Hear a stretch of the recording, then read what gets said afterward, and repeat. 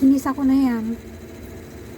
Tapos ganyan lang, lagyan mo ng ano, chicken powder, tapos onion leaves, tapos yung pangkwan nila dito na ginger. Ito yung nilagay kong ginger, oh. Hindi ko alam kung anong panya. Spicy baked mix. Yan yung nilagay ko dyan. Okay na, ganito lang.